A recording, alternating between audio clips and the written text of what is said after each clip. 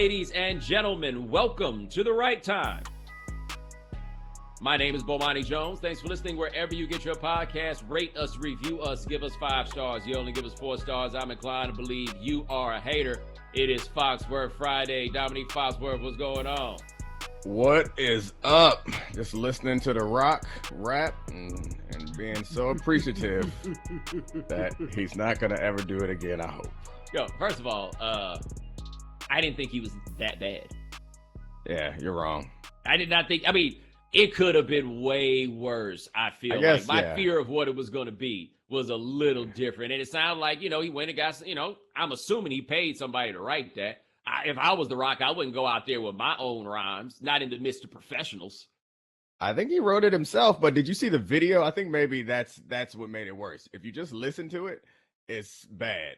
If you watch the video along with it, it's really, really bad. He's like giving the people's eyebrow or whatever he called it. He doing all types of antics and like doing like rap hands, like when rappers do rap hands, it's okay. When you do rap hands, random person, it looks like weird and uncomfortable. Yeah, I just listened to it on Spotify because, excuse me, it's a Tech 9 joint. So I just went to listen to it because I knew he had done something, and then I searched for it, and I was like, oh, Tech 9. Like, to be honest, Rock gets a little bit of credit. Like, it's not like he went and got the most famous dude on the block, right? Yeah. And so at Tech 9, so excited that The Rock was rapping on his record. Like, if you check any of the interviews, I don't know any of the interviews. I only read one. Let me stop lying. But if you check that one interview that I saw, and I don't even remember where it came from, Tech 9, because also Tech 9 is like, money, money, money, money. Yeah, that's fair. Because he just got a stream off of you just because The Rock is on there. So yes, he's going to get some money. But I don't know. I guess it gave me an appreciation. I'm being a little unfair. Like, it wasn't atrocious, but like, I don't know. Rappers do so many things that you don't think about. If you think of like the old school rap and how like basic it was, like it kind of felt like that to me, where like there's very little like voice change, very little like change in the rhyme scheme or like flow change, and it's things that you don't notice. And then there's like the lyrics are like very simple, which is fine. Like plenty of successful rappers are not out here for these double entendres or like metaphors and all that stuff. That's fine. I'm good with it. But I think you combine the fact that it felt rudimentary with him making eyebrows and doing hands and me also knowing that it's The Rock. It just was not a good visual or sonic experience for me. But hey, to each their own. I see you going to be bumping The Rock later. I can tell. I didn't say I was going to listen to it again. I just said it wasn't that bad. Like at a time like this, everybody just take joy in being like how whack somebody else is as rapping. And see, I think you and I might have a difference on one thing is I don't look at like old rap and think of it as being simple because I understand like obviously like the rhyme schemes change because the beats change. Like once people were able to do more sophisticated things with beats, then it required more of the person who happened to be on the beat. But I tell you this, I went to the Roots Jam session a couple years ago. And so if you don't know, before the Grammys, the Roots will do a show where they play behind just a whole rotation of people, right? It's almost like you have no idea who's going to wind up, getting on stage. And so, what's his name? Chuck D got up there, right? And it's Chuck D and Black Thought. And if you don't know this about Black Thought has this amazing ability to sound like any rapper, right? Like if it's a rapper that Black Thought has studied, Black Thought can rap and sound exactly like them. So Black Thought was playing Flavor Flav for Chuck D, which is just, kind of an amazing thought when you think about it. But Chuck got up there and started rapping. And look, Black Thought is like, he's the god MC, right? There's just kind of no way around that. There ain't nobody better at rapping than Black Thought. We all agree with that. Dude, Chuck D got up there and got on that mic. Ain't nobody better than him neither, right? Like I am not ever going to be able to say, and I'm a PE dude, so I'm not going to pretend as though he had to convert me or anything like that. But I'm here to tell you, them rhymes that back in the day wasn't the most complex. I heard Chuck D do it, and I was like, good luck to anybody else to get up there and do that, boy. It ain't easy. Yeah. We talking about two different back in the days. I'm talking about back in the day. I'm talking like Sugar Hill Gang, like that. That's what when I say back in the day, like that's the simple rhyme scheme. It's evolved since then, and like okay, I got you. The message is obviously a very like deep, smart rap, but it also like there's like no flow change in the message. I'm just saying the stuff evolves over time. It gets better, it gets worse, it changes. But that's all I'm saying. It's like The Rock sounds like he's rapping like it's 1979. Yeah, and the beat was not 1979, right? Like, because that's the thing, man. If the beat's 1979, you can rap like it's 1979, you know? Yeah. But a whole lot happened since the last Foxworth Friday. Like, I guess, we don't necessarily want to break down the wall per se, but people know when this thing come out at 9 o'clock on Friday that we didn't just finish it up at 7:30. We do Foxworth Thursday to give you guys Foxworth Friday, and the whole damn world exploded like Thursday night. And I hated people like, man, I hope this is all Foxworth Friday. I'm like, keep hoping, buddy. It ain't about to happen. And so Jon Gruden, they sent out the thing about him saying that DeMar Smith had big lips, and Jon Gruden didn't understand that that they were just giving you a little taste of what was coming.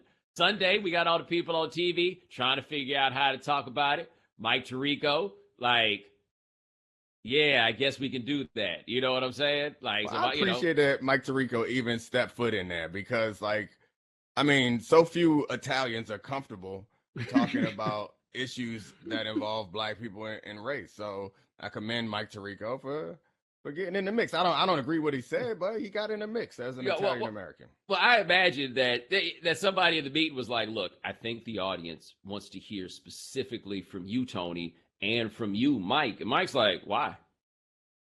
Why do you think?" Oh, of course, because I was his partner on Monday Night Football for 7 years.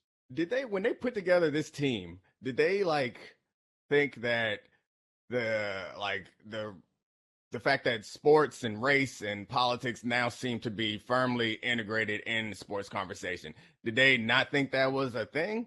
Because I can't think of a crew like Drew Brees, Mike Tirico, and Tony Dungy. Like, it's hard to think of a crew that would be less. Well, I guess people think Tony Dungy is comfortable in that space, or at least people. Well, he wasn't uncomfortable. Well, yeah, I think it's me. It's like, yes. I'm uncomfortable. When I heard that, I don't know if it was you that brought it up to me, but somebody said like, "Oh, wait till that Sunday night crew get on it," and I like cringed. Like I was made uncomfortable. Like they needed to bring Rodney Harrison back in or something. Somebody. Are you sure about that? Are you sure that Rodney Harrison was going to make it better? I'm not sure at all. But the crew Rodney Harrison didn't know Colin Kaepernick was Black. Remember that? That's fair. I do remember that. That would have at least been fun. What they did wasn't fun. they just made me sad. Dude, Drew Brees, what I want to know is, did they opt Drew Brees out or did Drew Brees opt himself out? Like, fellas, I'm not touching this. You got to opt in if you're Drew Brees in that moment. Like, well, well, you heard me talk about this, or you may not have, and you would know this, right? You were heavily involved in the talks with the 2011 lockout. Drew Brees was on the executive committee. And Drew Brees was nowhere to be found. They redid the set so that Drew Brees wouldn't have to be there. If I'm Drew Brees, I'm waiting for my next opportunity. Because like what people remember about Drew Brees and race is like he said the wrong thing and then he went on a learning tour. Like I learned some stuff. I can't wait. I'm now a pioneer. Like I cannot wait for somebody to say something stupid so I can come out and start quoting stuff that I read and showing off. And then even like I had this, and even you, like even Drew Brees, like Tony Dungy and Mike Tirico were like air quotes showing Jon Gruden some grace. Drew Brees could have done that in a way that's like, look, man, I've said things that I'm not proud of because I was ignorant. And I know you think that at 48, when Jon Gruden started sending these messages, you're a fully developed man. I was a full-grown man, but I wasn't fully developed in that way. As a white man in society, we experience some privilege. So, like, I hope that this is a great moment for Jon Gruden in the same way that it was a great moment for me. Today, I was reading, and I don't know, Ta-Nehisi Coates. Somebody, today, I decided to watch some old Baldwin interviews, and from that, this is what I learned. Drew Brees would have been a mother star. Like, it would have been his moment. They'd have gave him so many more commercials and so much more money. But instead, like, I don't know, maybe it's just me. I'm cynical, but I was like, this your chance, Drew. You said Drew Brees should act like he went to Morehouse. Morehouse dudes love to stand up in front of a room, and the first sentence always be, it reminds me of when I was reading Rudyard Kipling. And it ain't got a damn thing to do with Rudyard Kipling. Like, and they all do it. So you know that somebody told them, nah, man, it's what you do. Just say, oh, yeah, that sounds like something. That sounds like something. That sounds like something W.E.B. Du Bois would say. And then they go ahead and do that. Yeah, Drew Brees had that moment that he could have jumped up. Or if Drew Brees did not want to jump up in that way, Drew Brees had this option. I mean, all I'm saying is, Malcolm Jenkins said, me, I ain't say nothing like that. You know what I'm saying? Like, Drew Brees had to come in there and talk to the whole team. He got to be like, look, I'm just telling you guys now. I know what it was for me, and all I did was say that I love America. I ain't saying nothing like what he said. That's what Drew Brees needed to be, standing on the table. Oh, no. This is what we can't stand for.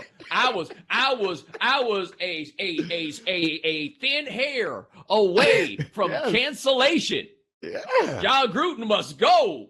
Yeah, I mean, what Drew said is like, I can understand how somebody naive enough could get there. There is no defense for Jon Gruden. You know, you don't get there.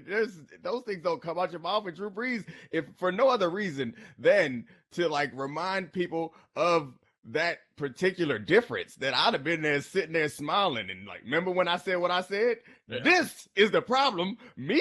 I was just dumb. I was just ignorant. I'm not prejudiced, just ignorant. The other level with Jon Gruden, like now I got you here. Like I had to do all the deep and important stuff earlier this week. You know what I'm saying? I had to lay it out, and then people calling me that ain't never called me before, so I had to go on there, and give them the serious stuff they were looking for. What does not help Jon Gruden in this case is we can all imagine in our voices, in our heads, the Jon Gruden voice as he says these things. We can imagine the Jon Gruden face. Like, has anybody yet, I know that like somebody might find this to be triggering. I myself will find it to be a little bit hilarious because that's just how I cope perhaps. How has nobody put these emails in front of Frank Caliendo and set up a camera and been like, all right, baby, let's go. Frank Caliendo is a nice man, a funny comedian. But he ain't got the guts. Now, I'm just saying, is he still cashing NFL checks? Because if he's not still cashing NFL checks, this is the greatest work that Frank Caliendo could have ever pulled off, just reading through these emails. Like, I remember once my man Poppy, they once had him on the radio reading excerpts of 50 Shades of Grey, which is one of the funniest things that I have ever heard in my life. It would be just about as funny, except it really would be like Jon Gruden just being Jon Gruden, reading Jon Gruden. And I would have loved to hear every word of it because I'm sorry, man.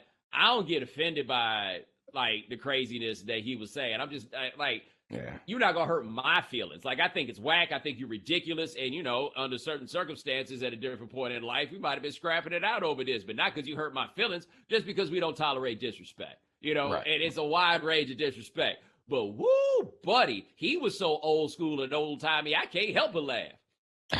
I mean, I had the same response, and so like I'm the second person that people call when you won't show up. So I had to do a lot of the same things that you did, but I refused to just be serious. So I gave him the serious stuff off the top, but then the jokes come in. I was on Get Up roasting everybody. Oh, yes. I had a good time with it because, I mean, for me, it's not gonna ruin my day like you.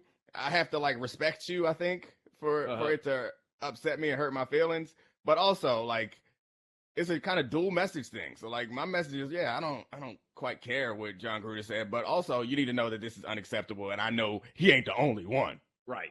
Yo, I think you may have heard me tell this story, but have you heard me tell my the story of the day that Riley Cooper got caught up? Tell it.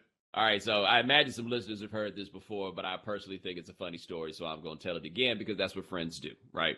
So it was a Friday in August of 2013, and Riley Cooper was at a Kenny Chesney concert and said that he was going to fight every N-word who was there. And I mean, I have to say, as a professional athlete, saying you're going to fight 3 people, I just don't find that to be that impressive. But, like that's what he was going to do. And so the video went out. But on that Friday in August of 2013, there was a little something going on called the National Association of Black Journalists Convention. All right. I, on that day, was driving from Miami to Orlando to come fellowship with my fellow Afro-American journalists, right? But the thing is, it's a convention, so it's, a big hotel space. Cell coverage is typically spotty, on top of the fact that there's, panels and people got stuff to do. I say all that to say, if you needed a black person to talk to, they were basically all there and basically all unavailable. Now, 2013 is the year that I signed a contract to start doing Highly Questionable.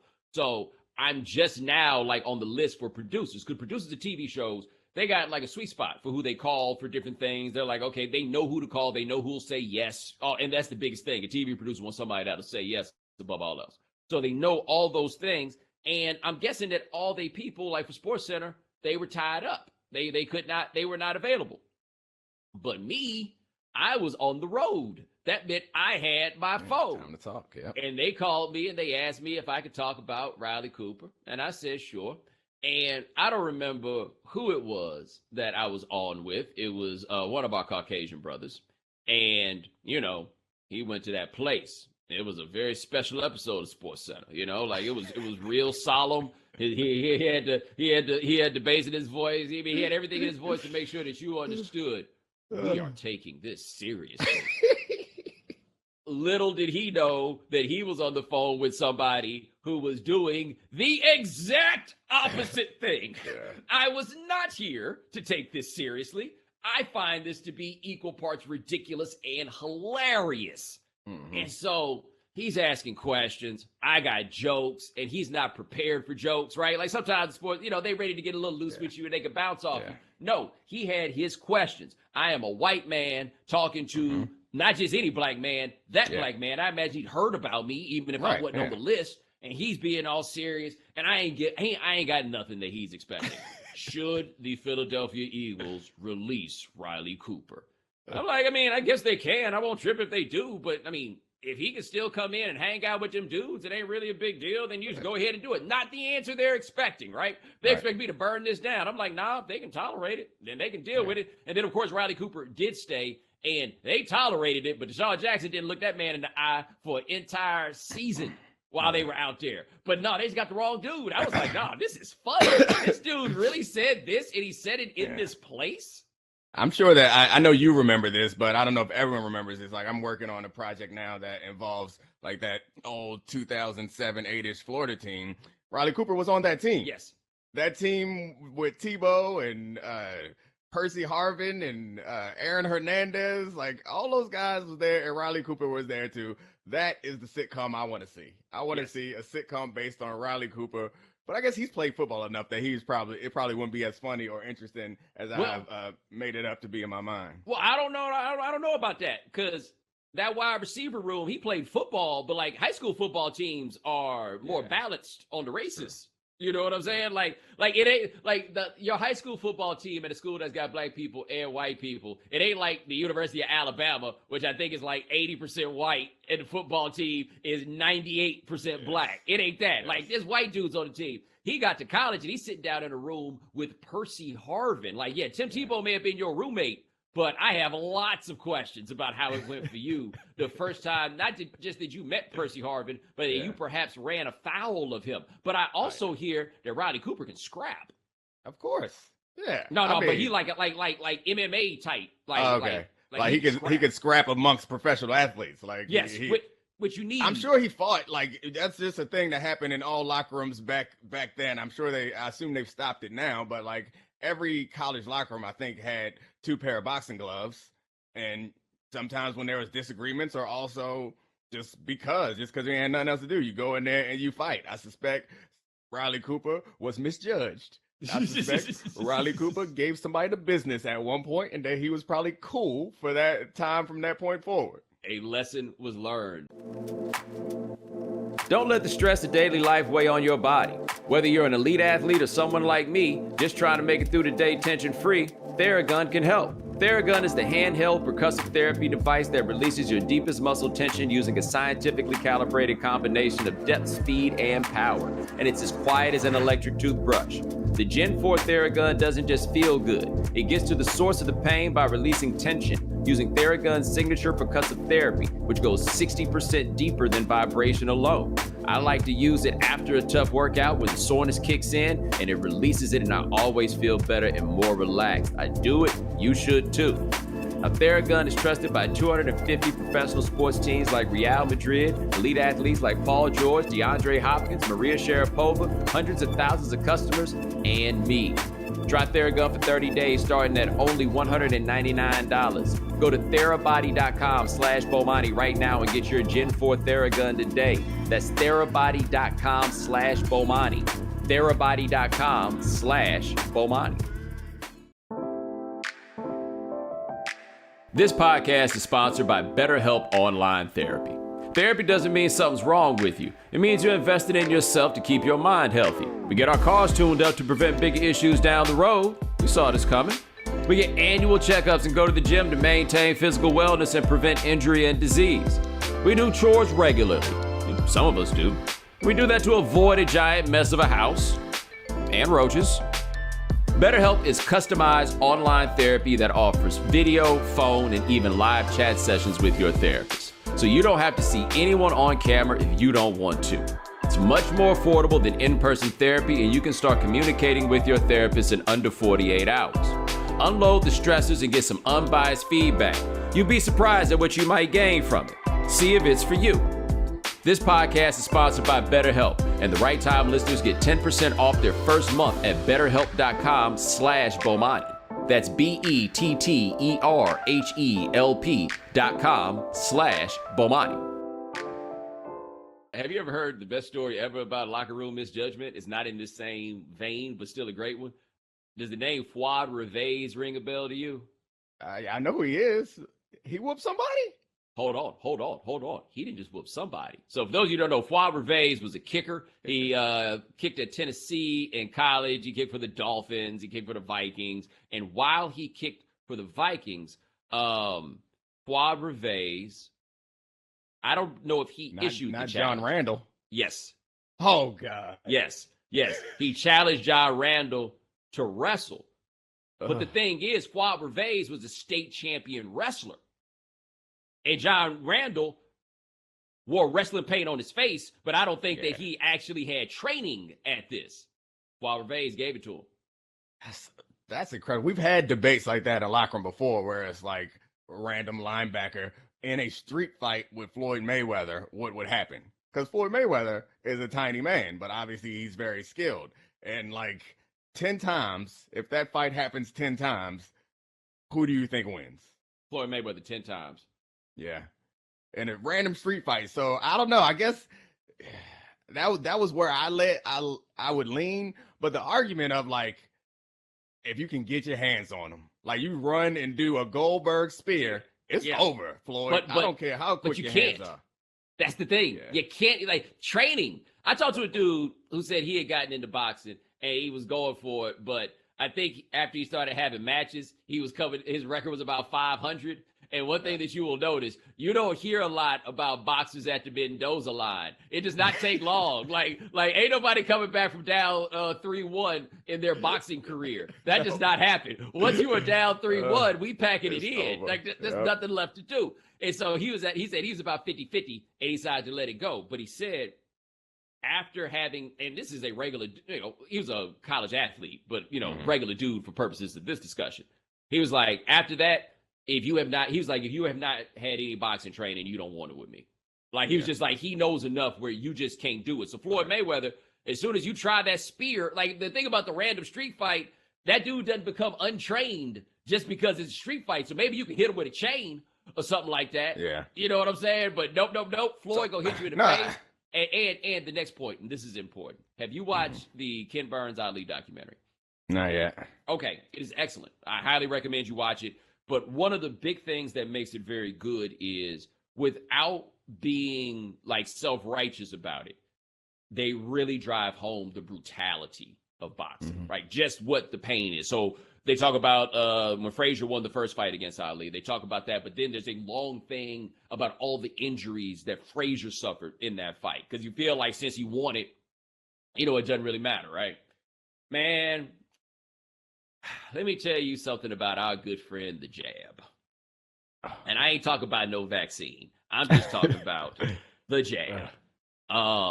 The Ali doc does a good job of it. And if you ever go watch a boxing match in person, we are really selling the jab short in terms of what it actually does. Because, ESPN gets boxing. My buddy Corey does work with the zone. So he's got me into, a couple fights. Man, them jabs are so hard. Like you just can't see on TV, and because the cats be eating them jabs and still coming. Dude, jab. Somebody told me that, and I don't know if Floyd's not a heavyweight, but a boxing trainer once told me that getting jabbed by a heavyweight, I don't remember if he said it's like dropping a 20-pound weight for a 25-story building, or a 25-story weight from a 25-pound weight from a 20-story building. But at that point, what's the big deal, right? That's all I'm saying. Floyd Mayweather catching any of us with his 147 pounds, and we are donezo. I think that was where I leaned, but it's a good argument on the other side, because the argument, like, Floyd's not a knockout puncher, and linebackers are accustomed to taking shots to the head, and linebackers are also accustomed to tackling people.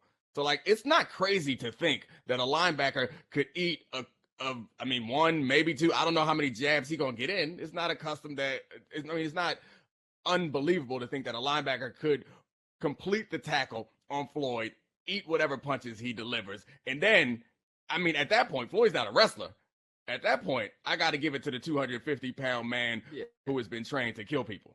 I would, while I understand where you're coming from, let us be clear: Floyd is not a knockout puncher in boxing.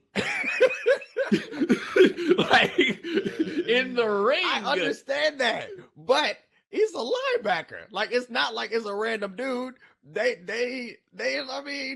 Dog, it'll look like Lil Mac fighting Ball Bull. Ball Bull to get in that crouch.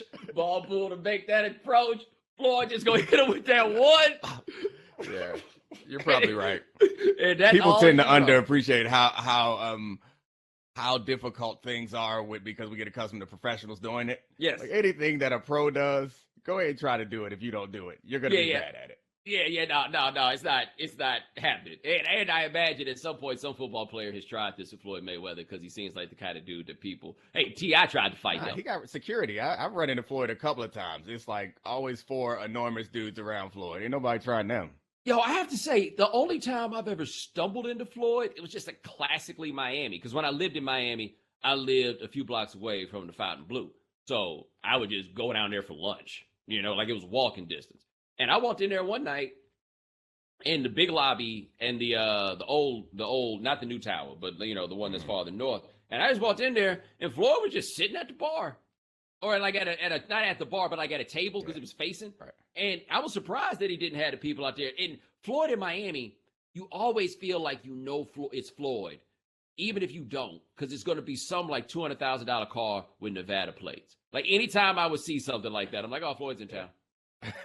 Yeah, I used to run into him in Vegas every now and then. I remember, like, I wasn't buying nothing in the Versace store, but I was with people who might have, so I was just walking around the Versace store and watching how the employees there treated us. Once Floyd walked in, we invisible. He walked in, we just disappeared on it, because at first they was like, let's see if we can sell these fools a $2,000 shirt. And then Floyd walked in, it was like, oh, we know we can sell that fool a $2,000 shirt, and ran over there. Man, I'll never forget the first time I ever went to a Versace store. It was the year 1997 in Atlanta. And so I had just gotten to college, and I didn't even know, like, Lenox. We went to Lenox. And I didn't know there's, like, places that had a Versace store, Yeah. And let's be honest, I don't think I had heard of Versace until, like, 18 months beforehand when the rappers popped up with it, right? And so we in the Versace store, and I remember we saw Candy Burrs in the Versace store. Oh, right. And I was like, okay, cool. This is like my Atlanta. Like, this is what it's gonna be. And then the second time I went, because the first time I went, I started looking at the price tags, and I couldn't believe what was going on. And I went and I asked the dude at the counter. I said, "What's the cheapest thing you got in this store?" And he said, "It's a keychain." And I said, "How much that keychain costs?" He said, $50. This is $1997, all right? Because I'm at that age now where I got to let y'all control for inflation, right? So every time we went to the Versace store after that, it would mortify one of my good friends because he believed he was too classy for this. But we would play a game called Name That Price, where we would just walk around the Versace store and pick something up and look at it and then scream across the store, hey, how much you think this costs? Yeah, I'd have been embarrassed. I'm with your friend. Like, I don't think I'm that classy, but I would have been ashamed of y'all country fools in the Versace store. Why we gotta be country? The other one's from Chicago. That's some country shit to do. That's some country shit to do. What about Chicago people are country too. You know about the Great Migration. Chicago ain't nothing but northern Mississippi. I'm just saying, what is country about being blown away by exorbitant prices? I don't know. I think it's just being comfortable with yelling across a store that way. I feel like me and my northeastern sensibilities or mid-Atlantic sensibilities, I would be like, I'm just gonna walk by this store. I live in New York, okay? If there's anything they comfortable doing here, it's yelling out across the store. That's fair. It may not be about the price, but they yelling across the store. You ain't about to get too good for me now from Baltimore. I'm not saying I'm too good. You just more secure than I am. I would be embarrassed. Right. It's not about It's not about being better or worse. I just would be ashamed in the store. If I have to yell across the store, maybe I should be in this store. That's not a store. I'm just saying, they the ones selling $1,000 shirts, and I'm supposed to be ashamed. They should be ashamed too. That's you damn right. And they should hear me and be ashamed that, wow, this is the response that our prices are eliciting. They just work there, Bo. They just work there. Think they just work there. They getting the commission off these ridiculous shirts. They're part of the problem. You're part of the solution. I'm going today. Find me an expensive store to yell in. Yeah, man. I wonder if I could get away with that now. Would people recognize? They recognize you. Well, I don't know. I feel like maybe our fan base is not up in Versace stores. I don't know. I mean, I told you the Rolex story. That's true. You know what? I was listening to some old school songs the other day, and not old school, but old hip hop songs. If I Ruled the World, it's funny how broke we were as rappers back in the day. Because Nas rapping about an Acura. Yes. You get roasted if you rapping about an Acura. Now you better be if you are rapping about an Acura, you better be rapping about the tough times. That better be like your song about your mama, how much you loved her because she took you to school in the Acura. Or you better have a classic Acura Legend. You know what I'm saying? Because we will never be able to explain the Acura Legend was golds, man. It was golds, and it was dope. Ludacris say he still got his first Acura Legend. When you say Acura Legend, people's ears perk up because that's the thing. But you go back and look at videos, we was real excited about them expeditions, man. Everybody was just getting there. Think about this. When do you think the last time is that Puffy besmirched his buttocks with the leather from a Lexus? Oh my gosh! He has no respect. He ain't been in one of them fancy Toyotas in years. He would never besmirch his buns or the soles of his shoes with those foolish mats that they have under there. No, my favorite. If I Ruled the World, what I'll always remember about that song is I was listening to it with my dad once, and my dad wasn't really about this rap. You know what I mean? Mm-hmm. That wasn't really his bag. And hold on, can I guess? I think you already know, so I don't want you to. I think you're correct. No problem. I think you're correct. As I go, let me know if I'm getting closer, right? Mm-hmm. And I'm trying to explain to my dad that, this is rap that's, I don't want to say positive, but you know what I'm saying? Aspirational at the very least. Trying to make the world better. And Nas had a line in there. I'd open every cell. Sell in Attica. My dad was like, Africa. Why would you do that?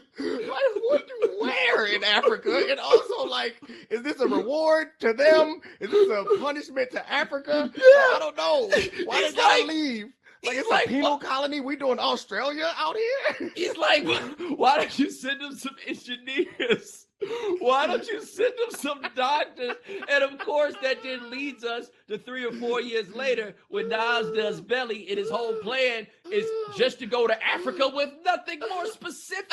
And then once he got mad, T-Boss, baby, let's just go to Africa. Where?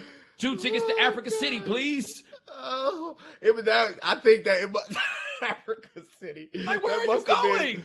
No, it was a metaphor for something. Like he doesn't actually mean to send them to Africa, and him and T-Balls weren't actually going to go to Africa. It was about a black utopia that he created in his mind. That's the best I could do because that's nonsense. Whole ass Africa. The whole Africa. Open every cell in Attica and send them to Africa. So, like, are they supposed to be happy about that? People got locked up in America. I love to visit Africa. I ain't trying to get sent there. Well, I would also like to note that Attica has a, shall we say, diverse population. That's fair. You know, like it ain't just African Americans in Attica. You sending the Nazis over there. I mean, he's gonna make Coretta Scott King mayor of all the cities, and like it feels like everything else in the song is like, while there are many other dumb lines, it's clear that they are meant to be positive. Like he gonna give women self-esteem so they don't have to act the way that they act. Like he gonna do all this good stuff.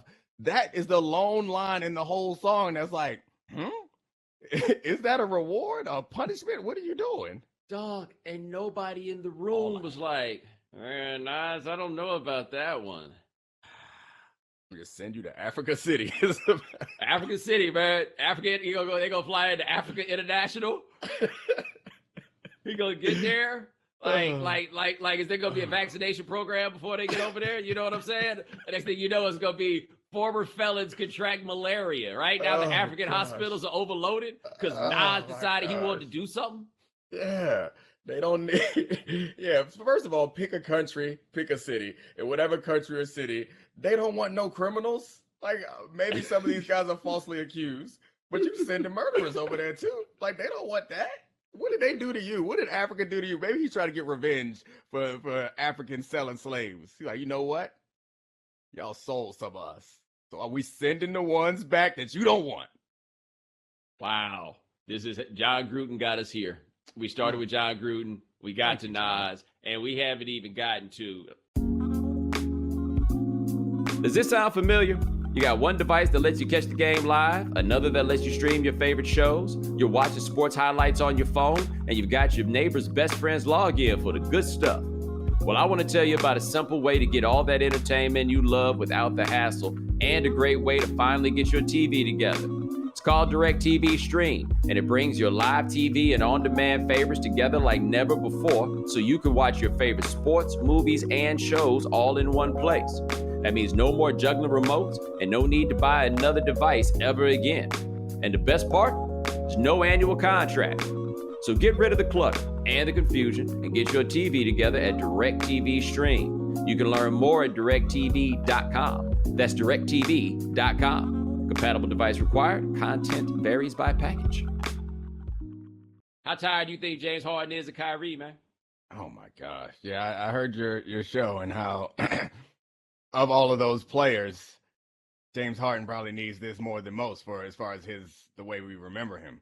Did you listen? I assume you did listen to the Kyrie IG story. I listened to 5 minutes. I was not giving it more than 5 minutes. I listened to the whole thing, man, and it's like you and I think I got this from you. My inclination was to treat Kyrie or to talk about Kyrie the way I would with my friends, which I think is not a smart thing to do or not a responsible thing for a black man to do in the media. Right. So while I'm watching this, I'm looking for something to grab onto. And there is precious little in there. This man said God body. He out here talking in 5%. Yeah, he said God body. He talking in 5% language. He said God body? He said God body. This man said God body. Like, and he's such, here it is. This is what I'm going to grab onto. There is like kernels of truth. Like kernels is the right word because you can't digest corn, right? So there are kernels of truth in that live, but there's so few. And what I can say about him is he's sincere, and like it feels like he's looking for something. I think we've all kind of been there before. He's looking for something, but he can't find it, and he's trying to talk his way into finding it, and he just wants to be left alone. it just doesn't make sense. And it's uncomfortable. Hold on. He thinks we the 85? Yeah. Yeah. And you know what? I just realized we got a whole generation of kids who did not grow up with rap that was interspersed with references to crackpot religions. And I really think you guys lost out on this. Like, I do feel like I learned a lot about what was going on in different places because cats used to rap about their religion, and they'd be like, you can't rap about God, but you can rap about God body, right? Like that was always this. So the 5% nation, the way it works is they believe that 85% of the world is lost, clueless, and does not know. 10% of the world is responsible for the wickedness of the planet. Mm-hmm.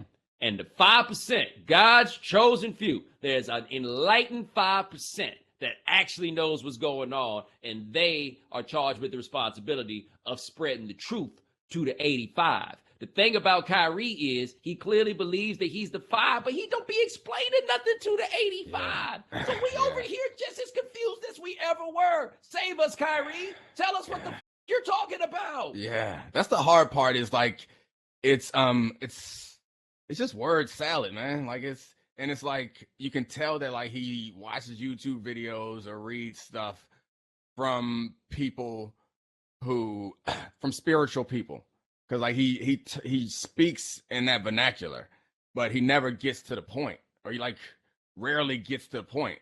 And like the points that he has are not points that anyone is arguing against, but they also are not points that justify the position that he's taken. And it feels like he's also like saying, I'm not taking a position. But the one thing that I can say, like in all this, he's like, I just want everybody to do what they want to do and just be, and like I'm just a hooper, and like the world is this crazy place, and like I'm the crazy one. And like he makes the argument that so much crazy stuff has happened, and though he doesn't use the word crazy, but just so much ridiculous things have happened that the rest of the world has become ridiculous.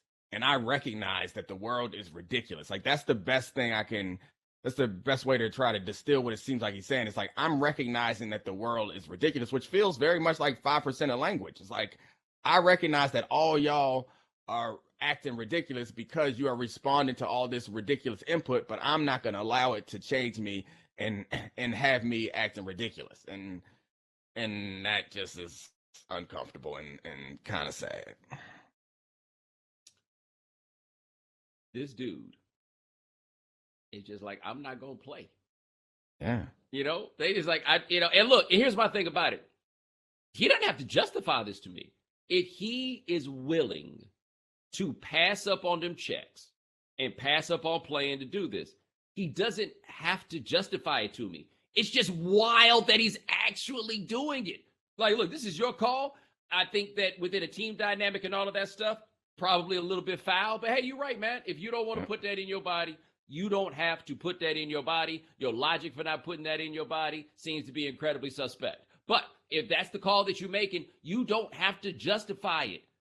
But he knows this is ridiculous, right? Like, that's the thing. He knows this is ridiculous. He knows why it sounds ridiculous. He also knows all his partners thought that he was going to be coming through, right? They're just like, all right, cool. He going to wind up getting it. And he didn't.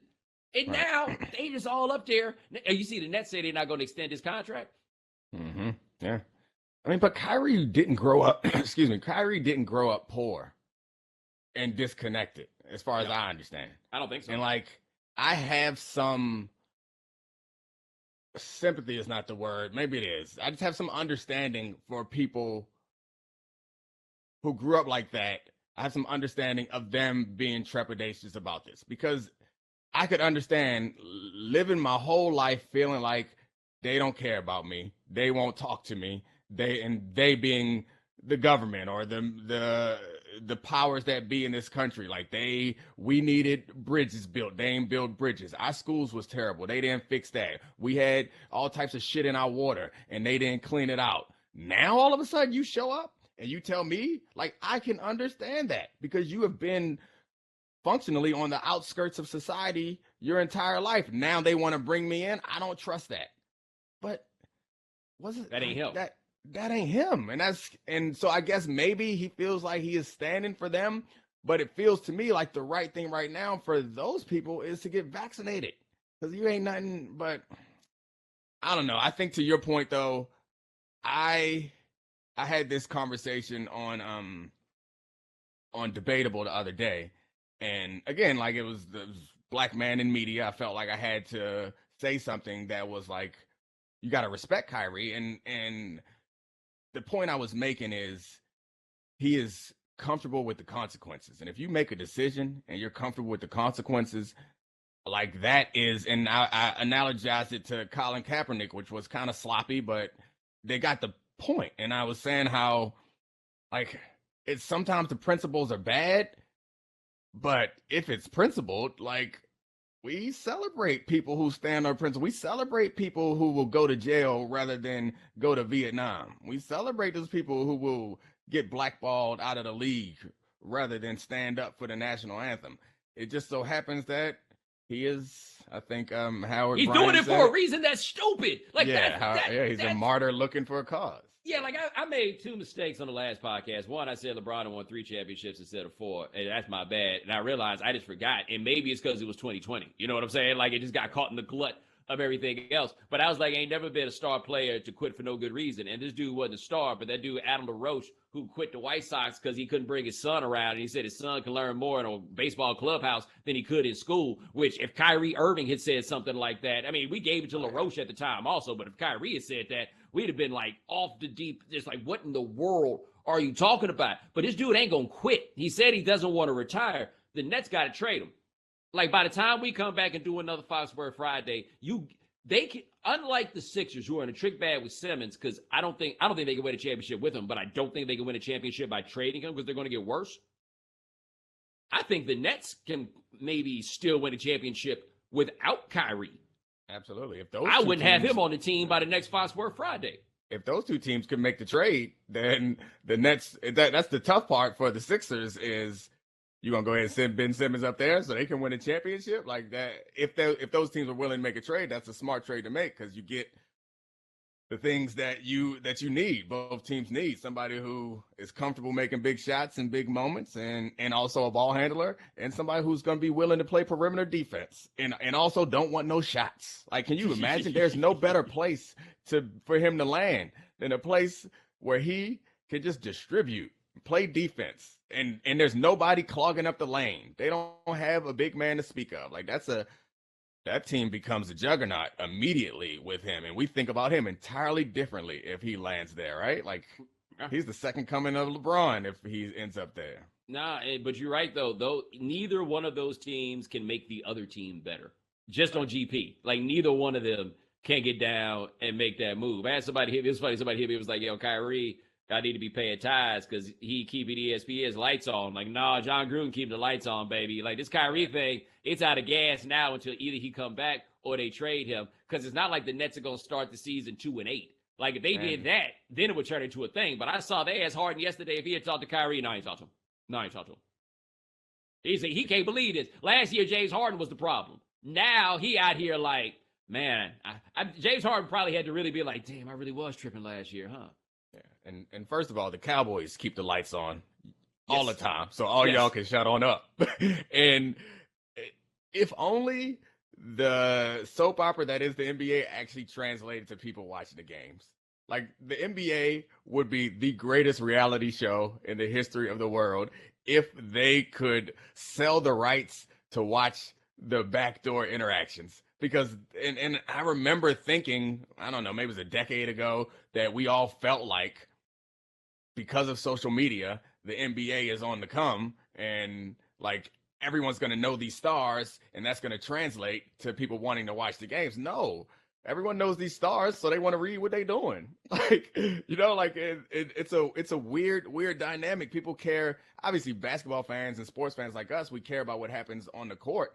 But all these other ancillary fans that they thought they were gonna get, nah, they just want to know who they dating and when they got beef, if they got problems, and they want to see that stuff. Yeah, man. No, this is. By the way, basketball season starts in like a week or something like that. If you didn't know, nothing starts until football's over. Yo, that's the thing. That's the thing. But I think that's good for the NBA, though. Do that. Everybody get up to speed. Then Christmas, when people are ready to start paying attention, then boom, right. You know, everybody's in shape. Everybody got themselves a way to go. Like that's probably the best thing. But hey, that is Domonique Foxworth. Check him out at theundefeated.com. Also, check him out on Debatable, on Get Up. He be all over the place Monday, Tuesday, Wednesday. You the man, dog. Yeah, I'm too old for that to be worth it. I don't want to be the man. Put some commas on that thing. Well, ladies and gentlemen, thanks so much for joining us here on The Right Time. We do this 3 times a week. Gabe Bassane and Dave Presley handle things behind the scenes. Thank you, gentlemen. Remember, follow The Right Time. Rate us, review us, give us 5 stars. You only give us 4 stars, I'm inclined to believe you are a hater. And we'll talk to you guys in a couple of days. Take it easy.